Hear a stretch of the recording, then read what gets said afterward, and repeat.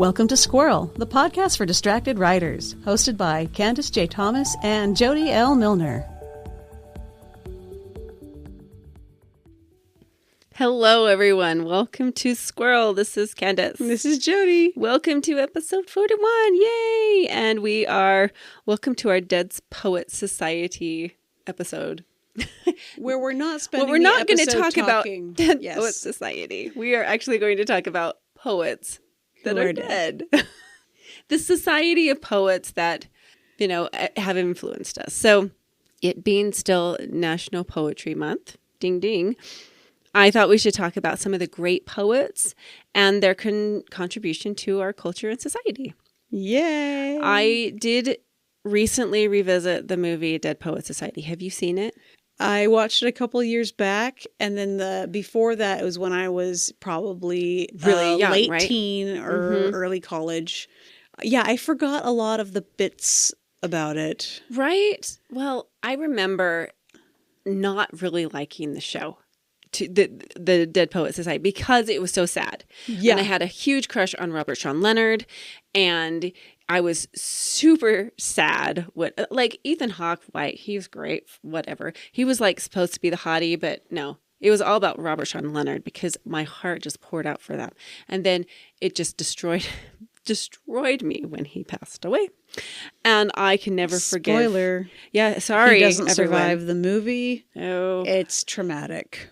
It is traumatic. It is. But it's one of those, the point of this movie, though, was to really emphasize what these poets spoke about life and about embracing what's around you and speaking truth about this or that.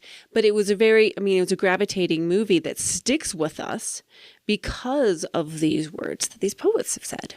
Yeah, well, and the reason it stuck with me is that I remembered how, and it's Robin Williams' character who brings this love for words and poetry to these schoolboys. And he changes their entire outlook on how the world works through language. Mm-hmm. And they're so impressed by it that they create this Dead Poets Society where they're studying poetries in order to woo women better, and it works. It does work. It works very well. See, I think that's why I fell for And so, Robert there was a Sean lot Leonard of parts where, my little writer heart was like, oh, wow, this is they get it. They get that there's this power in it, and it's not just fluff, and it's not just, no, it's power. And then they ended the movie badly, so. Yeah, let's rewrite that show. Sure. Don't we? All right. This is our assignment. We are kind of going through time here. We are. I wanted to talk about the different poetic eras. And so I gave it an assignment to both of us where we had to find some kind of poem that would accentuate the era or say something poetic that still sticks with us and maybe society. So here we go. Epic poems. What do you got? This is not an epic Greek poem. I chose Beowulf because it's one of the earliest examples of Anglo-Saxon epic poetry. And so it was composed between 500 and 1000 BC. And there's a quote from it that I thought was really nice. It's not one of those memorable ones that have wormed its way into pop culture, mainly because the Old English was a bit hard to catch on. But it's a really nice sentiment, the sentiment of being brave, of valor. That keeps coming up in different places and different quotes. So this is the quote I chose from it. It says, "This fight is not yours, nor is it up to any man except me to measure his strength against the monster, or to prove his worth. I shall win the gold by my courage, or else mortal combat, doom of battle, will bear your lord away." So he's like, I'm going to go do this cool thing, or it's going to kill me, but I'm going to still do it. I don't know. It's just a nice Beowulf quote. No, I love that. That is great. Unlike the stupid movie they made with Angelina Jolie. Let's not even go there. Which, why did they give her high heels? I still don't understand that. I just don't like the motion capture. And I know. ugh, There was a lot gross. to not Did you ever like see about it. the 13th Warrior though?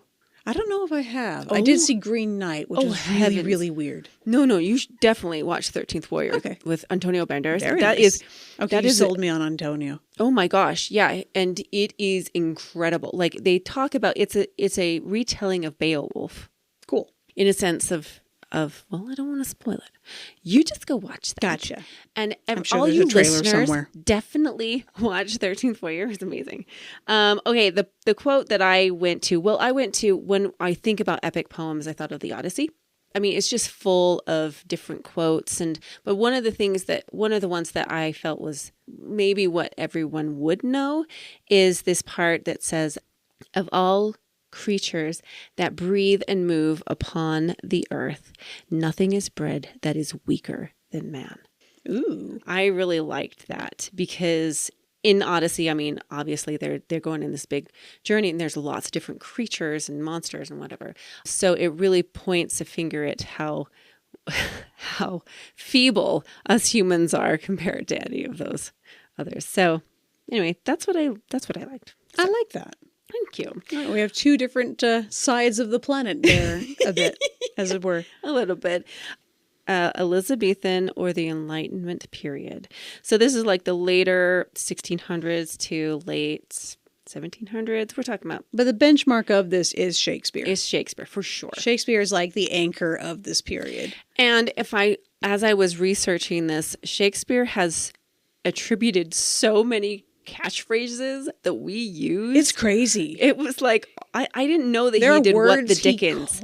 Yeah. Words he coined that are just common words now. Yeah. That he just made up. It's crazy.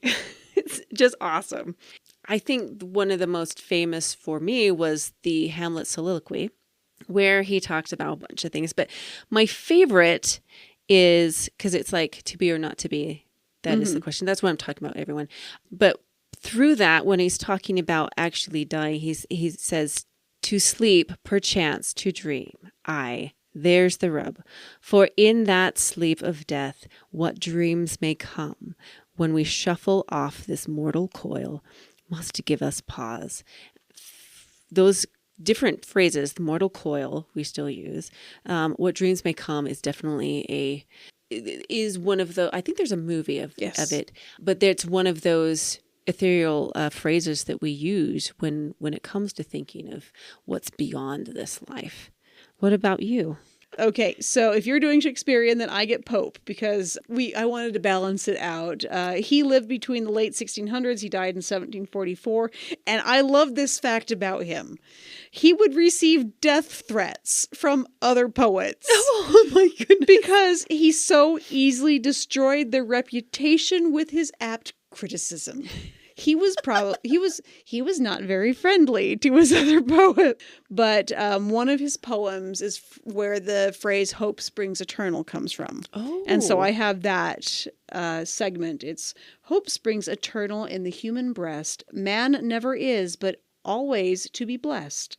The soul uneasy and confined from home rests and expatiates in a life to come." Oof. So and a lot of his stuff is very ragey. He has some pretty angry stuff, but some of it has these really nice moments. Again, we have a bit of an existential crisis in there, just a tiny bit. Gotcha. The nature of life versus death comes back in poetry quite a bit. I mean, yours had it, mine have it. We're going to see a couple more of those examples. I think a lot of poets really focused on that despair of life and death. All right. Do you want to introduce this next section? The next section, we're going to dive into the next period of time, which is the Romantic period. Some of the key poets from this time would be William Blake and William Wordsworth, Samuel Taylor Coleridge, John Keats, Lord Byron, Percy Bysshe Shelley, George Gordon, and Robert Burns, of all people. Oh, good I Robbie swore Burns. Robert Burns was contemporary. But then they have the Robert Burns Society in Scotland, so it might not have been. I always felt like his name felt very contemporary. Robbie Burns, I believe, was friends with Percy Shelley. I believe that was, oh my gosh, if I get this wrong, but when Mary Shelley came up with that, Robbie Burns, I believe, was in the house. with Frankenstein when she came up with Oh, Frankenstein. he was part of the. He was a part of those that club. poets club Yeah. that would hang out and, I don't know, drink wine and talk about death. I don't know. They had a very interesting existence. Well, and poets do. Do you notice that? Like, if you think about the beatnik poets or just a lot of these other, when we get to like Victorian era, they kind of congregated together and commiserated together. Anyway, yeah, Romantic period. So I went through a lot of different poems, but I really felt that Poe was the best example of being this dark romanticism. So I know he was a horror writer, but much of what he wrote was all about love and tragedy. And so The Raven was what I picked because I feel it's one of the best written poems ever. The rhyme is very song-like and alliterative. It's just beautiful. So I picked Quoth the Raven, Nevermore. Quoth the Raven is something that we all recognize.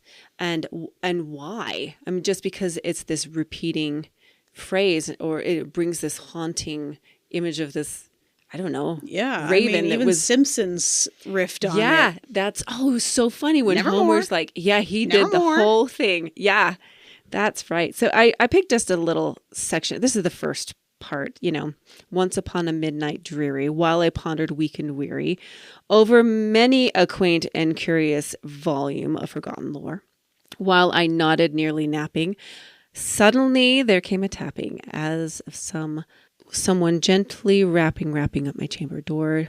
'Tis some visitor, I mutter, tapping at my chamber door. Only this and nothing more. And that phrase right there, it just keeps repeating the nevermore or nothing more or at his chamber door, that kind of stuff. Anyway, that's what I picked. Yeah, it's an excellent example. And it's now I'm like, want to read the whole thing. Time. So I know what you're doing like, later. Oh my gosh. Poe is so great. Do you just read Poe just for fun? just yes, because? Absolutely. I have a tiny book of Poe in my nightstand. No, I don't. Everybody? All right. So one of the other poets during this time period was Coleridge. And The Rime in the Ancient Mariner is from Samuel Coleridge. And okay, I have a personal story to go with this. Alrighty. So love it. My dear aunt is very eccentric, extremely eccentric. And she memorized the entire poem, the entire Rime of the Ancient Mariner. It takes an hour to recite. It is a long story. Like, it is a full story. My dad, which is her brother, would recite one bit of it all the time. And it's not even the beginning. It's like halfway down, but he would always recite this one part of it. He would say, day after day, we stuck, nor breath nor motion, as idle as a painted ship upon a painted ocean. Water, everywhere, and all the boards did shrink. Water, everywhere, nor any drop to drink. When he was feeling put upon, or he was feeling unduly repressed, my mom was a very strong personality. He would start quoting this, and we're just like, we get it. Knock it off. That's so great. It was just funny. I grew up hearing that over and over. That's so cool. Yeah. All right, Victorian era poems are between like 1830s and the 1900s. Poe also fits into this category, but he's such a romantic. He bridges the gap a little bit. So we were talking Henry. These are a lot of the people. When you think of poets, these is what stands out. Henry Wadsworth Longfellow, Alfred Lord Tennyson, Edgar Allan Poe, Walt Whitman. That's all the Leaves of Grass stuff. Mary Elizabeth Coleridge, Robert Louis Stevenson, Emily Dickinson. And I threw in Lewis Carroll. I am excited to hear you try to read this. Oh, I'm love looking forward to it. I memorized this once upon a time. So I put Lewis Carroll's Jabberwocky. Jabberwocky being, this poem is just nonsense, but it's not. As you read it, you read the whole thing, you get imagery of what's happening, but it's written in a specifically different language that we don't there isn't anything, right? But Lewis Carroll, even though he's most famous for like Alice and Wonderland and everything, he's one of my very favorite poets. I have his complete works, and there are so many poems in there. And he used to send them, because he is also a mathematician, he would send them to be like printed in the satirical section of the newspaper, almost like riddles type thing. But anyway, okay, Jabberwocky. Oh, sorry, I'll get back to Jabberwocky. Okay, just the beginning. 'Twas brillig and the slithy toves did guile and gimble in the wabe. All mimsy were the borogoves and the momraths outgrabe. Beware the Jabberwock, my son, the jaws that bite, the claws that catch. Beware the Jubjub bird and shun the frumulous Bandersnatch. La la la la. That's all I'm going to read right now.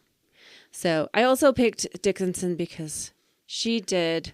You only fangirl over Dickinson every time we have a poetry anything. I discovered Dickinson later in life. I think that was one of the things I was like, oh yeah, whatever. But then when I started to experience certain things in certain eras of my life, Dickinson had a place for her words in my life at that time. So that's one of the reasons why I really like her. But my favorite phrase is, hope is the thing with feathers that perches in the soul and sings the tune without the words and never stops at all. I just like that. So it being all about hope. All right. What about you? Yeah, for the Victorian era, I'm going to go with Elizabeth Barrett Browning. Not because I'm particularly fond of it, but because it's something that pops up in pop culture quite a bit. She has one particular poem that keeps coming back, and I think it's insipid and syrupy. But it's How Do I Love Thee? It's Sonnet 43. So it goes, how do I love thee? Let me count the ways I love thee to the depth and breadth and height my soul can reach when feeling out of sight for the ends of being and ideal grace. There is another 4 stanzas. Mm-hmm. That's cool, though. I didn't know that was... I don't know if that's the original, like if that's where it came from originally, but that's... But even she used it. The written record... Mm-hmm. An early mention of it being how do I love thee? Let me count the ways. Yeah. Wow. And that ends up in Hallmark cards. Like, yeah, that's a good point. You make a good point. Okay. Next section. The modern era and the modern, before World War II. Yes. Between 1901 and 1945. Because there was after 1945, there was a big revolution of freedom when it came to poetry and expression. I know too much about poetry. It's embarrassing. Okay. I like the one that you talked about. Well, you had to do Robert Frost. Come on. Well, and I was going to grab a Robert Frost, and I didn't. So I'm glad that No, but you did one of the ones I really like. So yeah. Exactly. So you did Robert Frost. Which one? I did Stopping by the Woods on a Snowy Evening. Mm-hmm.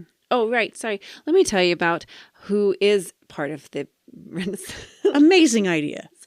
So the modern era, 1901 to 1945, we're talking about Harlem Renaissance, beatniks.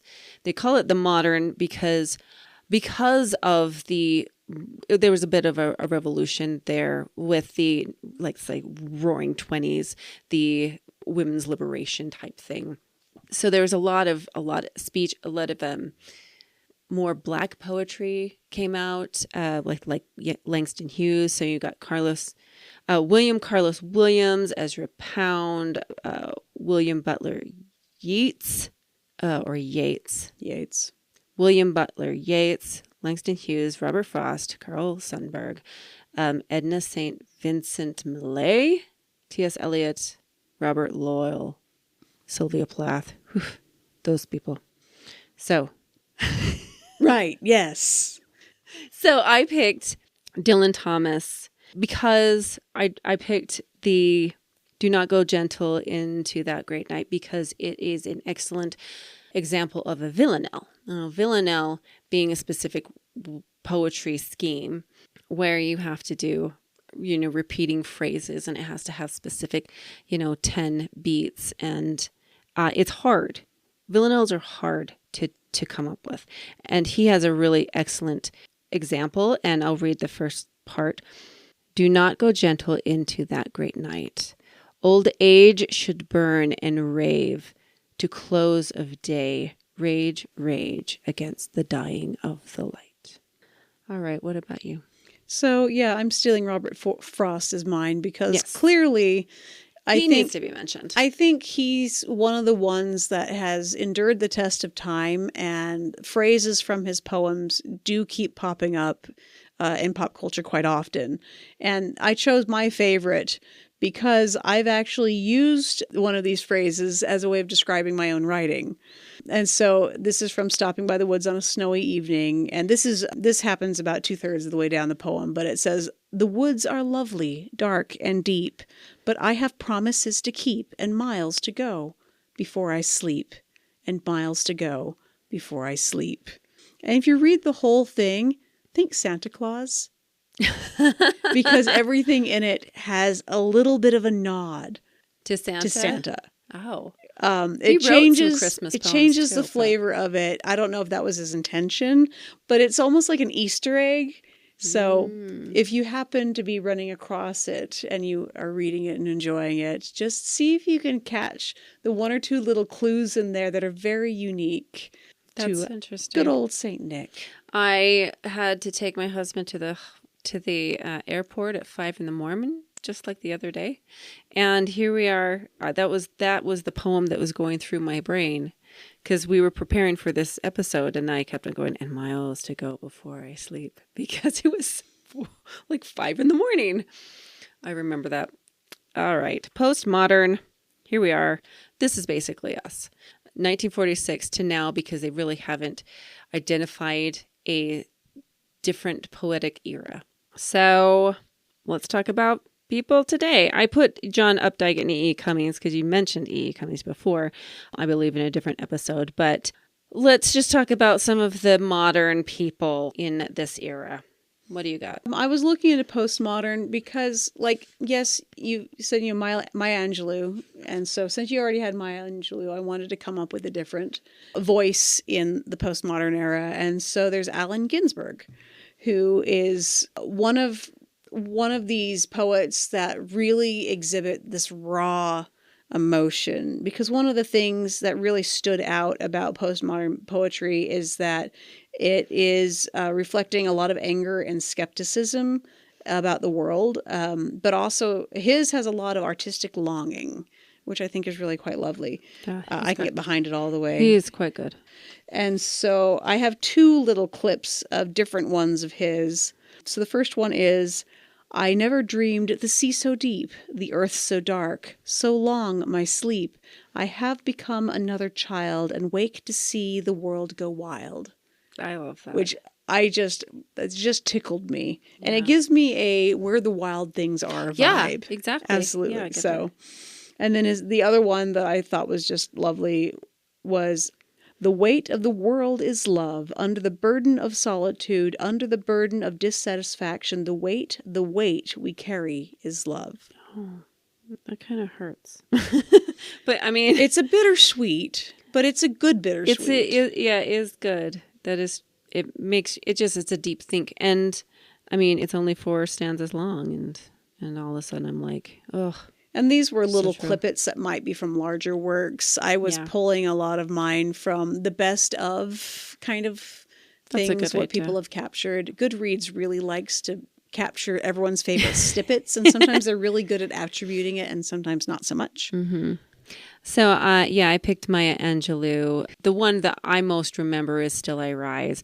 So Still I Rise is one of these poems that really encapsulate a lot of what living in this ethnic world that I am not aware of, really. So it helps me understand a little bit more of their culture. But I've seen Still I Rise in a lot of different places. I've seen it as tattoos. I've seen it on plaques and stuff like that. It's such a powerful poem, like in general, because it's full of hope. All right. So I just took this. This is right from the beginning. You may write me down in history with your bitter, twisted lies. You may trod me in the very dirt, but still, like dust, I rise. As the poem keeps going, the phrase, still I rise, keeps reoccurring and reoccurring because I feel that in a lot of their struggles for equality, that is what they've had to do over and over. So I applaud anyone that this identifies with, for sure. So sure taught me lots. All right. Finishing thoughts. Yes. This has been a really great discussion. My finishing thoughts are just there are so many great poets. And if we examine a lot of their words, the power of their words, then that have stayed for years, it makes me consider how powerful are my words. Will they stay around? I mean, I don't know if Emily Dickinson knew that her poems would be recited in a podcast like this. Of course not. But I don't know if she knew that they would be as powerful or as impactful as they are. So, listener assignment, just read some old poets because I think that they're forgotten a lot of the times. And I think that they're intimidating also. If you want to open up Leaves of Grass, my gosh, it's a mouthful. It's a lot of words. But I feel that they teach us something a little bit more about us or a little bit more about humanity, about even the time when they were written and how those people saw the world and how those words are still impactful today. Go find some old poets, man. Tell us about our next episode. So our next episode is going to be stepping away from poetry, and we're going to be stepping back into something that I think as authors we need to consider as something that's a possibility, and that's connecting with your local independent bookstore. Yay! Because local independent bookstores are magical, wonderful places, and they have a lot to offer, and it is an interesting option for making connections in your community. So I'm excited. It's going to be a good episode. A huge thanks for listening today. This has been insightful. A lot of very interesting and powerful poetry today. If you enjoyed what you heard, we have a Patreon. We also have a Buy Us a Coffee. And if you haven't done so already, do not forget to like and subscribe. And that way you won't miss future episodes. That's right. You'll get a little ding that says, "Hey, have you seen this? These people." If you're on YouTube, you can even click on the bell. Yeah. And it will notify you. That's so... It's Click so the bell, thoughtful. Everyone. Very good. All right. Have a terrific rest of... Wait a minute. Happy Poetry Month, everyone. Poetry Month, everyone. All right. This has been fun. Bye. Thank you for listening to the Squirrel Podcast for the Distracted Writer with Candace J. Thomas and Jody L. Milner. Please like and subscribe to our podcast for updates and new episodes, and find more information at our website, squirrelpodcast.com. Stay distracted, everyone.